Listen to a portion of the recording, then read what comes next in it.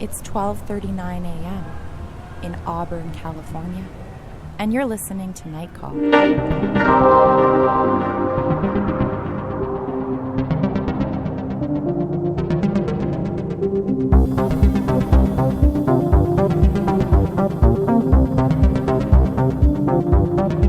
Hello, and welcome to Night Call, a podcast for your strange days and lonely nights.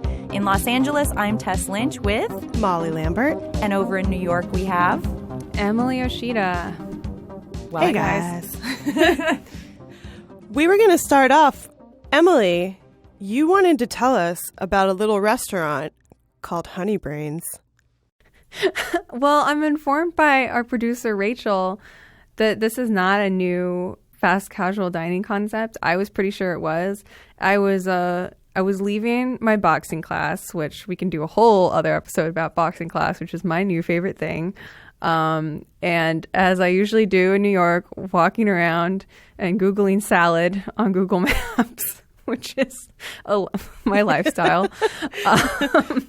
And then turned around. I didn't have anything near me. And then I was like, turned around and I had been standing right in front of this bright yellow storefront for something called Honeybrains.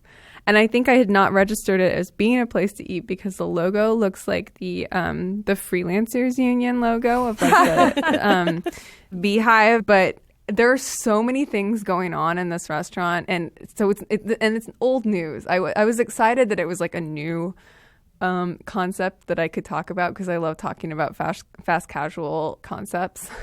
I thought this was something you made up. Me too. You texted us. I thought you said it's my idea and I was like, well, that's a great Halloween fast casual restaurant, Honeybrains. Look, if I was starting a restaurant called Honeybrains, I feel like it would be like a let's get ready to just eat bugs type restaurant. What is this? I'm thinking about Honey Me, which is the soft serve place in Koreatown that you can get honey on soft serve. That's really good. No. What is Honeybrains? Well, Honeybrains is like they've got salads, they've got sandwiches, they've got bowls. They also have juices, and they also sell an array of rare and artisanal honeys and locally sourced honeys. There is a long spiel in the menu that I was reading about how it was founded by some kind of neuroscientist and maybe a dietitian or something, and about how they were creating their own 5 food groups that were what you needed to have. It's like neurofood? Yeah, it's like neurofood. And they have a lot of powders and a lot of supplements there too. But it feels like a sweet green. It does kind of feel like a cult. I was explaining to someone yesterday what the Source is, the Source family. Oh, yeah. Because my friend Mukta went on a tour of different cult locations in Los Angeles. The Source is right above the Strip, right? It is Cabo Cantina now. Oh, nice. But that's the original salad cult. Yeah. I spent a lot of time in this past trip in LA going to various places for salads. And I feel like I learn a lot. I feel like I learn a lot by only. It's like I have a blogging project of doing only one thing over and over again. Except I'm not even blogging about it. It's just my life. But you're on a salad kick now. Now that I know that this is a real restaurant, I'm so much more confused. I thought this was going to be like your Halloween idea for a restaurant. Like my mind went to like it's a bowl and it comes in a container shaped like a skull. So it's like a bowl, but it looks like brains. It's like a grain bowl, but it's like a brain bowl. This is what I thought this was going to be. I at first read it as honey braised, and I was like, that sounds disgusting. Like honey. Which, I mean, it's less disgusting than honey brains, because then if you thought about honey braised, you think about braising a brain in honey. How did this concept get to market? This is what I'm saying. I don't understand how anybody like market tested any name that has the word brains in it. Brains. Maybe they were like, well, there's a very good restaurant called Soup Plantation. Yes. That has a horrible name. I think Soup Plantation has a great name. I think it's a better name than Zoop. Because you know about Zoop? No, Zoop. There's a place called Zoop, and there's none in LA. I was complaining on Twitter. Does it have an exclamation point? It does. Okay. Yes. All right. I felt read that. correctly. I felt that. I was trying for it. But yeah, I was complaining because I think if there were a restaurant that just sold soup and bread. No, the Soup Plantation is a great restaurant. It just has a horrible name. No, I like the name Soup Plantation in it. I know, but it's memorable. It's so memorable. It's offensive, but memorable. Maybe that's what Honeybrains is going for too. I'm saying maybe they're like, you'll never forget Honeybrains. I just love. I went in there and it was like, laptop scene. Like everybody was just working on their laptops in there, and I was like, I was thinking it was a new place, and I was just like, it's so ridiculous how you just have to have a few signifiers, like some fancy honey on the wall and some cold pressed juice and like a selection of bowls and avocado toast, and everyone will be like, yes, this is my office now. I am at home here. While you're at a place called Honeybrains. I'm sorry. I'm sure that they're very, very well-intentioned people at Honeybrains. If you work for Honeybrains, please shout us out and let us know what kind of company they are to work for. But it's such a hilarious name. It could also be sinister. Maybe. Honeybrains. I mean, didn't Cafe Gratitude turn out to be part of like a multi-level marketing scheme? Oh, I don't know. Last time I went there, either side of me, people were talking about Landmark. They were talking about that's what it is. That's what's Landmark? The scam. What is it? Landmark, it's part of Landmark? Yeah. What is it? Well, first we should explain what Cafe Gratitude is. Cafe Gratitude is my favorite Emily's favorite restaurant. Concept. Everything is called like I am grateful. I am whole. It's like you have to order things by saying I am energetic. There's nothing better than like some fake hippie bullshit covering up something incredibly sinister. I hear they have really good key lime pie. Was Everybody that a hot tip from all Emily, their desserts maybe? are amazing. Everyone likes the food there, it's and so then good. They are part of Landmark, which is like a team building Ponzi scheme. Oh, this is the one where you go to the retreat and you can't talk about it? Yeah. Oh, okay, now I remember. No, it was for real. And also, just to defend the honor of Los Angeles, it was a San Francisco-based company. Oh, I know. Yeah, the first time I ever went to Gratitude was in San Francisco, and it was so much less like what it is now. Like, it's so sleek now. Emily and I were in New York together once, and we went to a place called Connecticut Muffin. I don't know if we've talked about this before, but we were like, Connecticut Muffin. There's like this part of Manhattan where there's all these muffin places, and we were like, oh, the 90s muffin boom. Yeah, remember? There's like a muffin block in the Upper West Side, and it's so appropriate. I think we pitched a show in our minds about like the muffin wars, the New York Upper West Side muffin wars of the early to mid 90s. It would be like the Halt and Catch Fire of muffins. Yeah, just like remember when people were like, a healthy breakfast, a big muffin. A big muffin is the healthiest And breakfast. then it became Muffin Tops, which was like also a confusing... Well, that episode takes place during the muffin boom. The muffin boom. The show is called Muffins, if you'd like to buy it. What about Muffin Tops, though? Or... The show's called Muffin Top because it's about getting to the top of the muffin. Tess and I both watched a show on Netflix. We did. That we said we were going to watch last week. I don't think Emily had time to watch it, but don't worry, you missed not a lot. It's okay. Well, listen, a lot of people have been telling us about The Haunting of Hill House and saying it was really good. I don't know about that. Was it Molly? No, I didn't say it was good. No, it wasn't you. We got mail and we got calls about it. Yeah. We were steered wrong. However, I heard that it gets better until the final episode, which I have heard also is underwhelming. I've only made it through 2 episodes. Molly is that far or a little bit ahead. You guys, what are you talking about? This is not a very good show. I did not really like this show. Tell me all of your problems with it. Okay, so first of all, I was like, I must be like a hard horror fiction nerd because all the liberties. I was like, why even call it The Haunting of Hill House? This has nothing to do with the book, The Haunting of Hill House. Right. Shirley Jackson, which is a 1959. Shirley Jackson book, of which there are 2 movie adaptations, both of which are good in their own ways. But again, I was like, yeah, the 99 one's like a much more faithful adaptation of the book than this is. This is just something called The Haunting of Hill House, but it's like bloodline with ghosts. Oh, see, I thought I described it as being like This Is Us with ghosts, and I was like, this is ghosts. It's too many. Okay, so there's too many characters. It's for a in family. the family. They all look exactly alike. They all look exactly alike. Except the druggy brother. Carla Gugino and Elizabeth Reeser are indistinguishable from one another. As is the one who plays Theodora. Yes. Or is that Elizabeth Reeser? That's the question. One of the moms and the daughter are like facially Yes. so similar that it becomes incredibly confusing, but like not in a way that's interesting. Yeah. The reason the original is scary is because it's about a random group of people who come to a haunted house to look for ghosts, and then a bunch of fucked up things happen, and you like sort of find out the backstory of the house eventually, but a lot of it is just like random and for no reason. Yeah. And this is like somebody was like, let's motivate everything very specifically to this one family. The main guy, who is like Is from Stephen Treme. King character. Yeah, I was like, oh, I hate this guy. And then I was like, oh, it's because he's Sonny from Treme. Yeah. Yeah, I was just like, ugh. I don't know. I wasn't a 6 Feet Under person either. Yeah. And that's also kind of what I felt like this was going for. I have to say the pilot of The Haunting of Hill House was so much less good than the second episode that I am probably going to keep watching it. The pilot had some really strange gears churning away. There was a monologue. There's a lot of monologues. A lot of monologues. The device of using a cell phone with the characters' names so that they can all call each other and eventually you are drilled on who's who. It just is like drawing more attention to the fact that they are all identical and have nothing really, like they're just these little cutouts of people. So there's nothing like to grab onto except for the matriarch, Carla. Is it Gugino or Gugino? I don't know. I say Gugino. I love her. She's great in everything. In Wayward Pines, I was like, I would watch 50 hours of this just for Carla. She's amazing. You know what? I also was like, this got made because of Hereditary. Oh, see, I was like, this is exactly like season 1 of American Horror Story. Oh, yeah. But not I would as think good. the turnaround for Hereditary would be a little too tight for responsive content to that.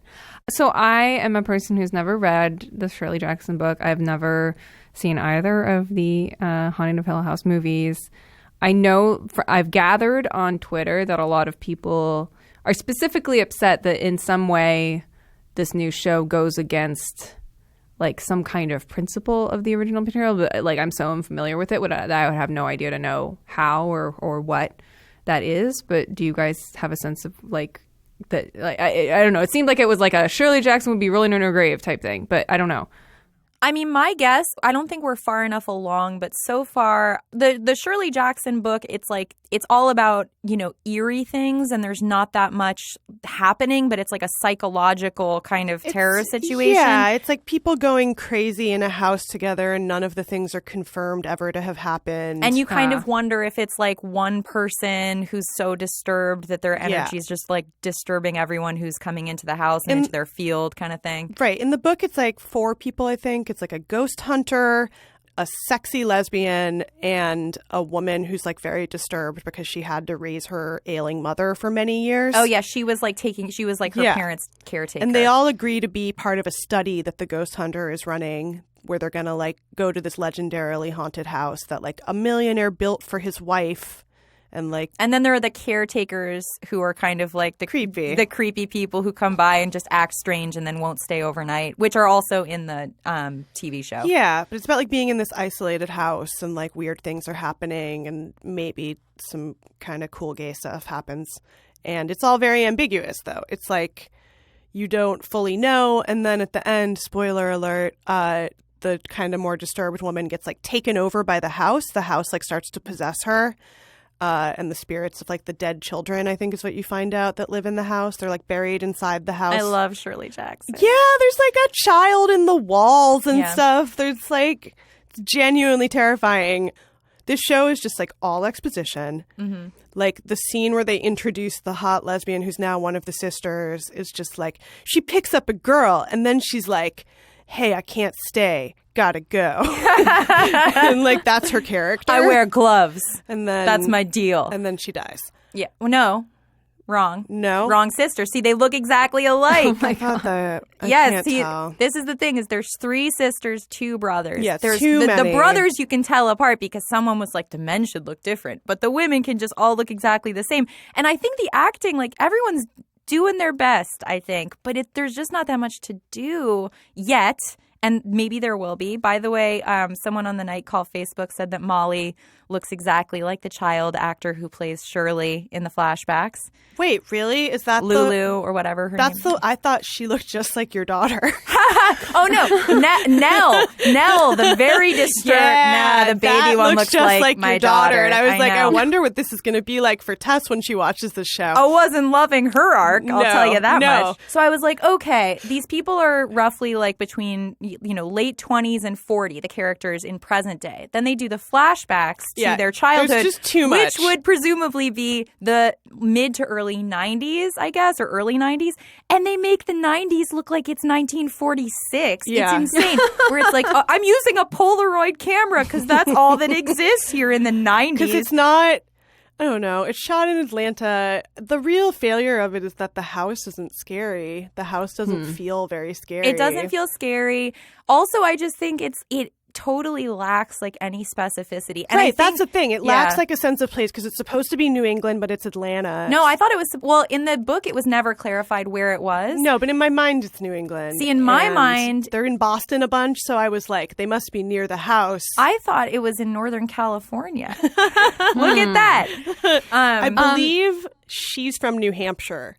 So that's maybe where my mind is going. Emily. Do you guys have any idea of how a horror TV show could work? Because I feel like maybe there's like been 1.5 successes so far, but like I'm a person who starts watching every single episode of American Horror Story and then just can't follow through on it. It's just like I loses my interest. I like anthology.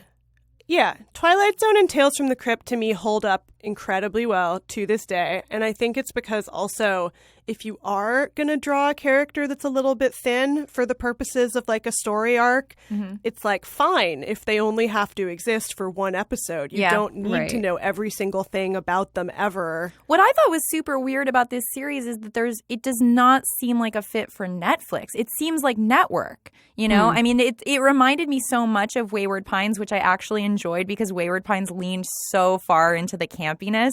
But it seems like it wants to be prestigious. Yeah. It's trying to be prestige and it's very like serious. I watch all horror on television. I'm like 100% down for it because I'm excited that it's here now. Right. It's like a little bit of a freer landscape than it used to be. I think, and it totally started with like Walking Dead, and I'm so glad that there are things that are not Walking Dead that are popular now that can be called horror television. I feel like the thing that I was really into, like, and I surprisingly stuck with for a while is Penny Dreadful. I really, because it was just like goofy Victorian shit, and it's so over the top and so melodramatic and so like kind of hot too. And I like the movie version of From Hell. Are we steampunk? Is that where this is going? I think that's where we steampunk? I don't think that Penny Dreadful counts as steampunk. There's not enough. I think any Victoriana. Then there's no reason to use the steampunk label if all Victoriana is steampunk. I'm sorry. Well, let's ask our listeners, is Victoriana steampunk? Is Dracula steampunk? No! Or is Frankenstein steampunk because he's got bolts in his head? When you say things like, is Dracula steampunk? It makes it, you know what I mean? You're leading the listener. Speaking of Victorian horror and like old-timey creepy things. Yes. Producer Rachel. Steampunk also, to be more accurate. Yeah, exactly. Doesn't producer Rachel have something to contribute to our podcast related to last week's episode? Hi, Rachel. Hey, Hi, everybody. Rachel. Rachel is on the knobs, and Rachel like piped up after last week's episode to say like, oh yeah, I've been watching the ASMR Plague Doctor for years. I was like, what? Tell me What's more. his official name? Okay, so the guy, his YouTube channel is called Ephemeral Rift. That sounds like a weed strain, but yeah. So like in the world of like crazy weird ASMR YouTube rabbit holes, there's the usual like people who do like, I'm cutting your hair, I'm just gonna be a librarian kind of role plays, and then there's people like Ephemeral Rift who decide to do entirely H.P. Lovecraft themed role plays. Do you know anything about him and his origins, or like what made him get into it? He's just like a 40-something-year-old dude who is like, I just kind of want to do this. And he started out with like a couple of characters. He had like a doctor, and almost all of his stuff takes place in Arkham Sanitarium. Okay. Like, so as in, not the Batman one, as in the H.P. Lovecraft one. Wow. And so, keeping it pure. And so there's this, there's the doctor, there's a Dr. Clemmons, and then there's, the doctor has a wife, Margaret, and then there's also, he got a plague doctor mask, and he's like, guys, help me name this plague doctor. And they named him Corvus Clemmons, and decided that he is the brother of the other Dr. Clemmons. Is there any other ASMR that's this like plotted? I don't think quite so much. Yeah. There was a lot of like steampunk ASMR role plays like that are one-offs. There's also a couple of people who do like a couple of episodes of like one character. There's like a storyline that I found across a whole bunch of artists who I'm not even sure know each other about like hunting a vampire. And they're all just whispering while they all hunt the vampire. Talking about looking for this vampire. And there's like one person who is the vampire. And I'm like, I don't even know if these people know each other, if they just are like, I'm going to join in on this. Dude, how do you follow this plot? I can't like hear anything that anyone's saying in ASMR. I thought that was the point. Are you just like, you're just turning it way up and hearing like, hunt a vampire? I guess so. You fall asleep about halfway through, but like the plots are not like hard to follow. It's just like, oh, I am a doctor. I am going to talk to you. It does legitimately help you fall asleep? Oh, for me, it does, yeah. Well, I found it terrifying. I thought it was scary. He's not meant to be. He's definitely not meant to be terrifying. He's meant to be very silly. Like he's doing it over the top. He's like, "What is a beaking? Who knows?" I'm going to beak you. Yeah. So he has those like masks are just so scary, and the lighting is scary. Like they're meant to be creepy shadowy and evocative, but like not really scary. There's like a couple of ones where he's just like, I'm just gonna hang out here at a party and do ASMR. There's something also, I guess because in my limited awareness of ASMR, I feel like most of the people who do it that I've seen are women. Yeah. So it's interesting. I'll use the word interesting in quotes. That to have this 40-something-year-old man in a scary mask trying to whisper you to sleep. I was watching another clip because I was going through this account when you were telling me about him before we started recording. And there's one where he's like in some kind of like leather suit, and the sound of the leather is really amped. At least I felt from my phone speaker, and that was like the opposite of ASMR to me. Yeah, some people like that though. Some people really like the sound crinkly of leather. sounds. I mean, and, like the leather sounds, and like some people like blocks together. It is a fetish. It is a fetish, but I'm just saying that it wouldn't put me to sleep. Yeah, that's how I felt also. I was like, this is interesting, but it would definitely keep me awake all night, afraid of being beaked. I would be afraid of having dreams about the plague doctor. Yeah. I guess it's just because I've seen so many of his videos where he's just like talking about like raising his son and like drinking beer. Wait, what? Okay. All right. That's amazing. So like he has these characters, and then he also has a lot of videos where he just like talks about his philosophies on life. And he's not in costume. No, he's not in costume. Because I saw his face in one of them. Yeah. Interesting. Is he friendly looking? He looks like a graphic designer. He does look like a graphic designer. I'm just gonna. All right, so not super scary. I just wanted to say thank you to Rachel for contributing. Thank you so much, Before Rachel. we go to Thank you so much, Rachel. Yeah, of course, I'm always happy to talk about the weirdo ASM artists on the internet. That's like some artists. useful knowledge for us when we were genuinely in the dark. So thank you. And for listeners, another one who does like more interesting role plays is Phoenician Sailor, who is also like a 40-year-old dude, and I think he's friends with the other guy. I can't wait to go down this wormhole. Oh, man. Wait, Rachel, while we have you on the line, did I hear that you had something to say about escape rooms? Oh, yeah, I used to work at one. I don't know how this was kept from us for so long. I know. What did you do? Like, what was your role in the escape room? We had to solve the puzzle and find out. Yeah. Well, my title was Game Master. And I have an awesome shirt that says Game Master on it.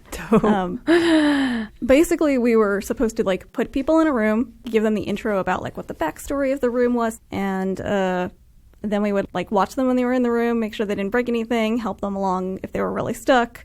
So you wouldn't be in the room, you'd just be watching them through cameras and like a disembodied voice. It could be like, try the third drawer. Well, not a on the disembodied right. voice. Ours was pretty low tech, so like we had phones in every room that were like part of the decor. But like we'd be That's like, cooler though. I like that. we'd be like, call us if you need some help. A couple of times we had children where I did have to stay in the room with them because they were really nervous. And they get scared. How old were the kids?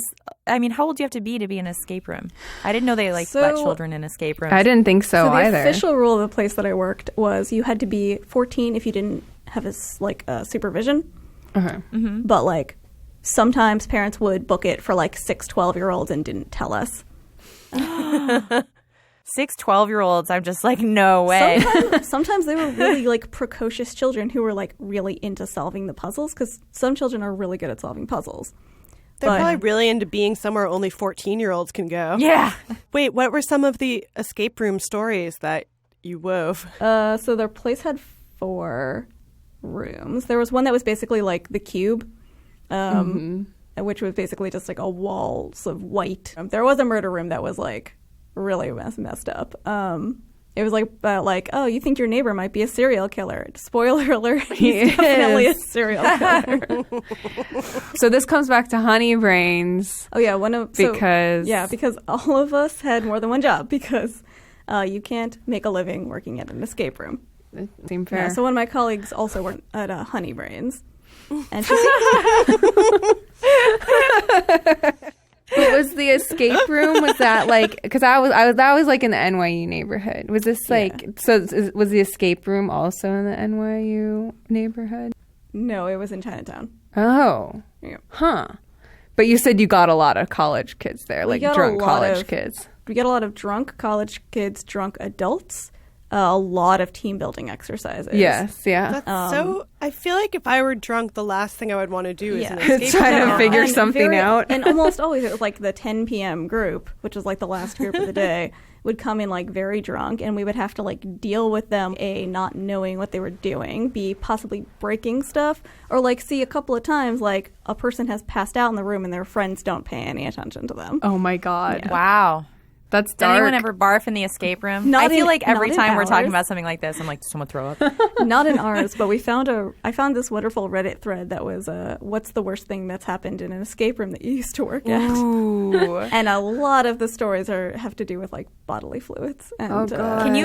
Can you email that to me? Can we put this Absolutely. somehow? So there's on like our a whole night call there's a whole socials? subreddit of former or current employees of escape rooms. I love that.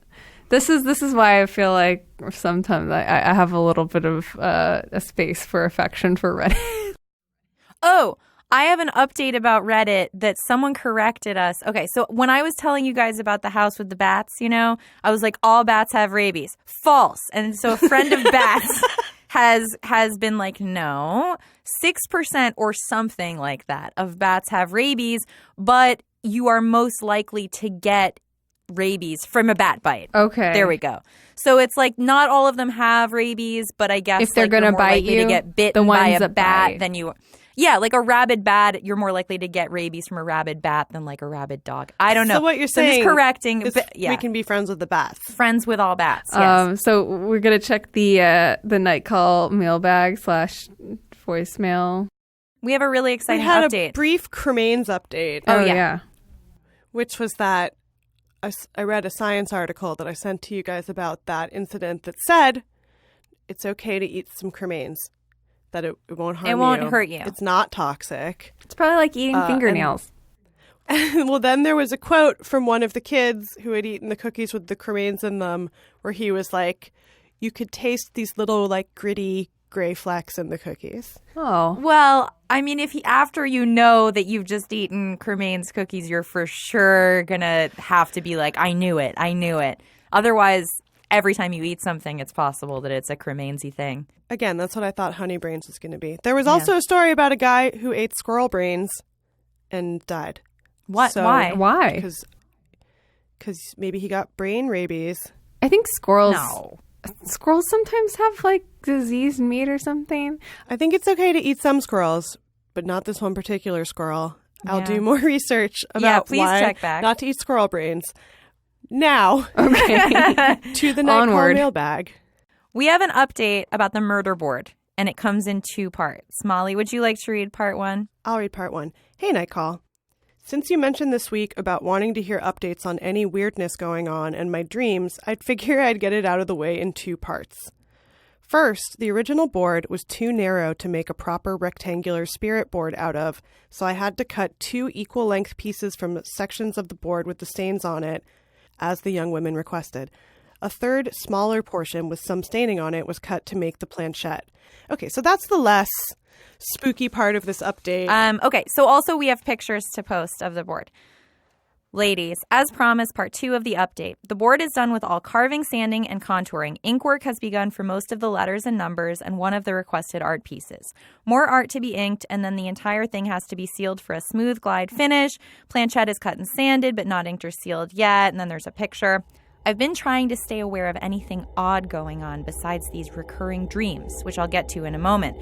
First, a skunk showed up in my backyard in the middle of the day while I was doing some sanding on the board outside. I think it might have been rabid. Second, for some reason my phone's camera has been blurring out or going dark taking these shots. It doesn't do that normally, but the lighting in my shop isn't great, so that could account for it. The only really weird thing that happened took place Friday night.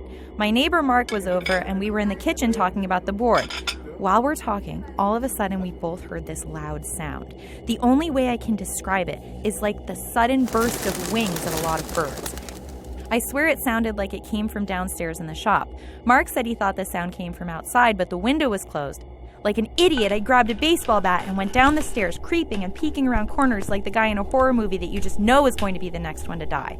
I got down there and saw nothing. If both of us hadn't heard it, I might have written it off as me going batty and hearing things. As to the dreams you mentioned, it's really only just the one dream, but I've had it at least 5 or 6 times. In the dream, I'm in a house, but it's not my house. The murder board is there and it's completely finished and beautiful, but it's grown gigantic, so it's the size of the entire wall of the room I'm in. I somehow know there's supposed to be a door there and I need to go through it, but the murder board has no door in it, and I'm frantically trying to find a way to get wherever it is I'm supposed to go, but I can't. In one of the dreams, the ink on the board was running down across it. Then I wake up. Dun dun dun dun dun. Happy night call! He says he's going to have it wrapped up this week. Thank you so much for sharing this with us, by the way. Yeah. The thing about it him not being able to take pictures of it is actually more alarming than maybe he thinks it is. Like that feels ominous to me. The bird thing is freaky to me. It's all it's all souls freaky. escaping. It's all freaky, Yeah. and also, who said don't do it? Oh, it was me. I was the only one who said don't do it. Nothing terrible's happened yet. Well, I said anything spooky that happens to you, you're going to start a trip. It's just going to make you paranoid. I think he's fine. I think everything's going great. I think this is shaping up to be a great screenplay no matter what. He's got That's the amazing. friend, the accomplice who's Yeah. witnessing the things. He's got the really good dream there happening. What I would like to know, the missing piece of the puzzle for me still is I want to know the details of the murder in the house. I want to know about the ladies who are having it commissioned. We should go to one of our calls that are also about maybe a coven of witches with maybe better intent as well. Emily, take it away. So this night email comes from Jordan. And Jordan says, I go to this small Catholic university with a seminary in Maryland, and most of my fellow students and friends lean right politically, which sucks.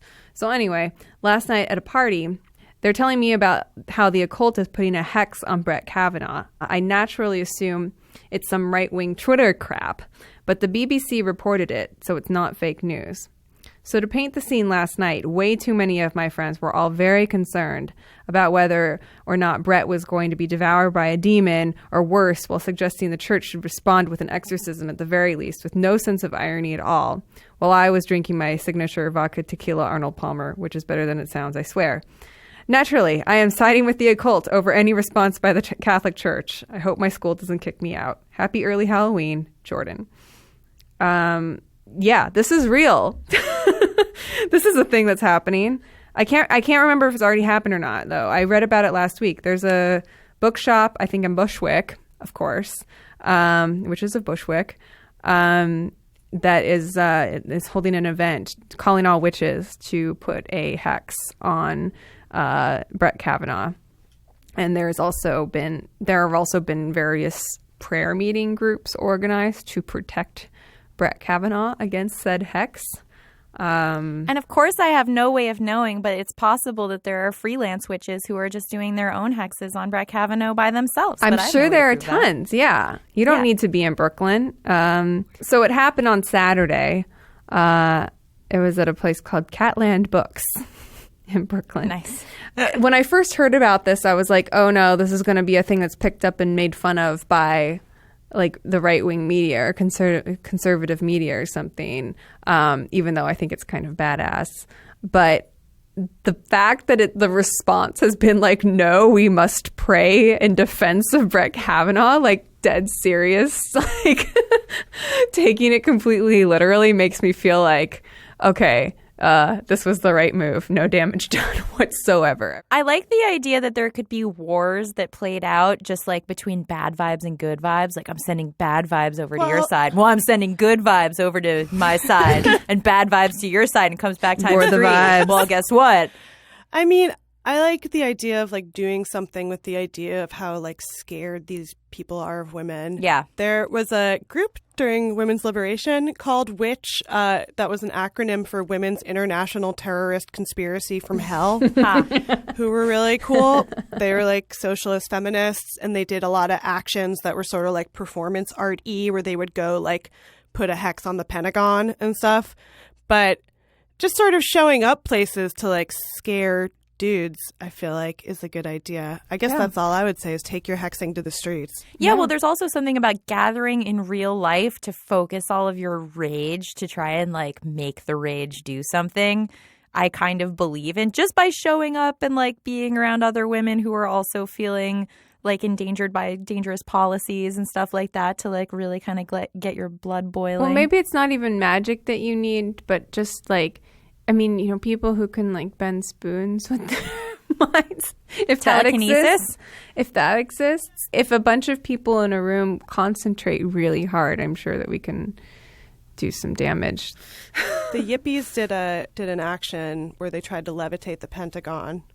Didn't work, did it? Yeah. Well, it freaked out all the squares, so maybe it did work, is what I'm saying.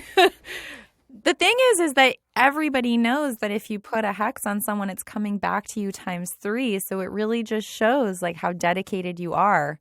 And I think that's Do you think that's always true? Or do you think you can just hex somebody? You think... No, it comes back times 3. I feel like they did get by some karma, though, because their event was like, they had a cover charge, and like I guess all of it went to like a women's shelter or an LGBT fund or something. So that was their protective measure. Maybe so. Also very nice. Yeah, win-win. I have yet to hear if anything has come out of the hex, but we'll keep our hexes take a long time, like at least 1-2 moon cycles, I would estimate. Hexes. This is a night email from Eugene, Oregon. I've been meaning to ask since the Terrace House episode, have any of you ever fallen down the rabbit hole of international variants on American reality TV programs? I harbor a passion for Australia's Top Model, where half of the contestants actually end up having big international modeling careers, and Top Chef Canada. Most seasons have a contestant from Newfoundland who talks about cooking with seal meat.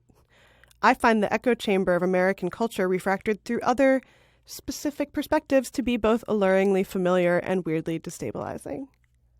My best. And they prefer to remain anonymous and say, I'm a shy boy. You guys, I'm sure, have heard about the Thailand Bachelor, right? No. No. Really? Oh, this is like tell. kind of an ongoing news thing.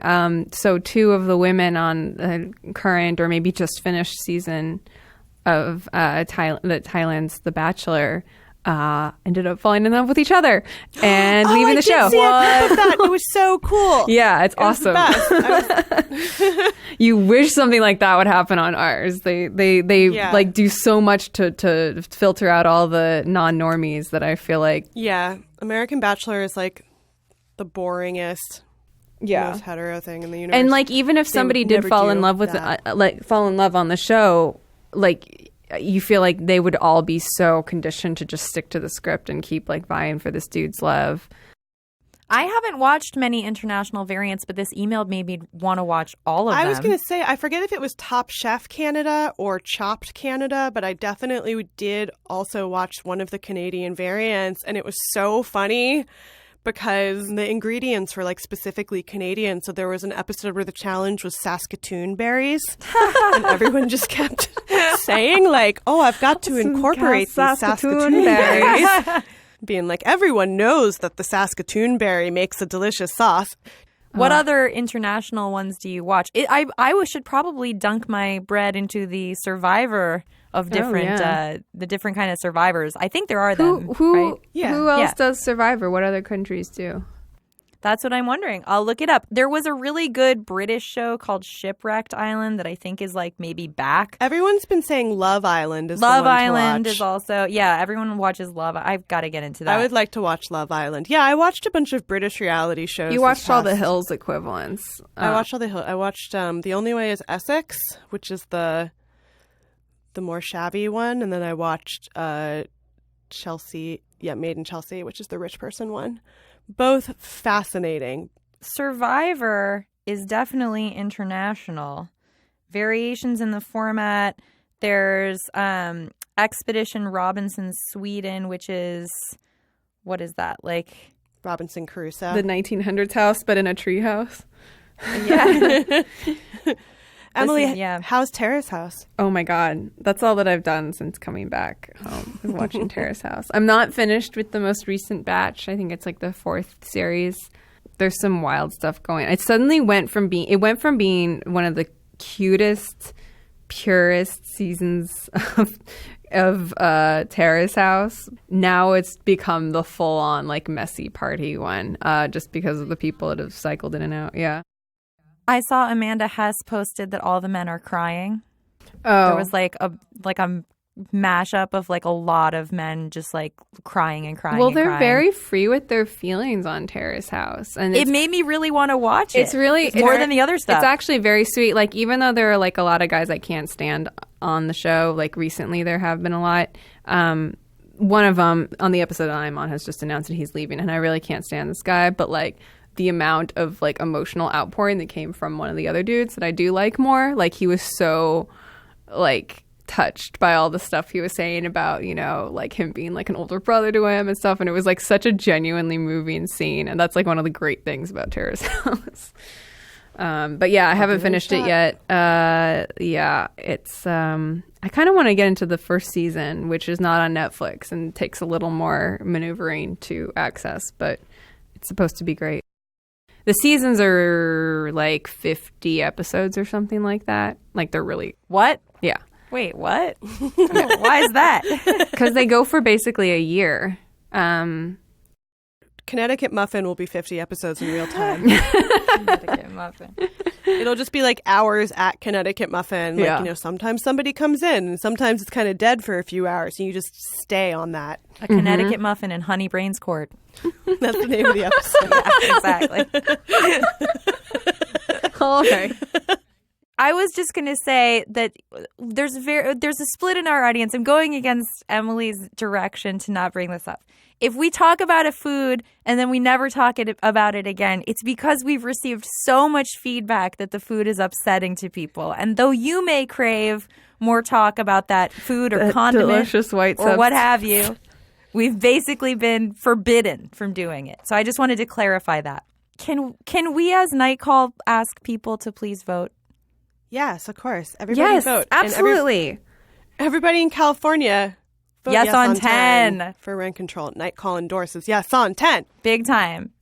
And 8, right? Dialysis. Yes on 8, yes on Gotta 10. vote. For those of you in Massachusetts, yes on 3 for trans Nice. rights. Oh, yes, absolutely. Yes, Yes on 3 please. for Massachusetts. And if you're already registered and you know where you're going to be voting and all that, look into giving people rides to the polls, getting into canvassing, getting the vote out any way you can in the community near you that most needs it, because we all need to help get it shouldn't be this much of a struggle to get everybody to vote, but it is. We gotta do it. for Gotta some vote. reason.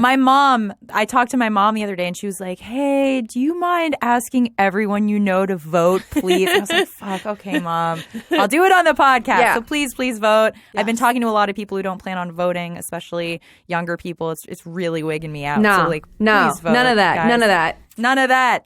You can't listen to our show anymore, honestly, if you're one of those young people. Yeah. Sorry, you can't. Vote. Night Call wants you to vote. Yes on 3, yes on 10, yes on 8. Look into your props. Look into your people. Just do it. 30 minutes of research. It's worth it. All right. It's true. Okay. Your moms have stopped yelling at you, but do what they say. Okay. Exactly. Do it. Thank you so much for listening this week, everybody. Follow us on social media at Night Call Podcast on Facebook, Night Call Podcast on Instagram, and Night Call Pod on Twitter.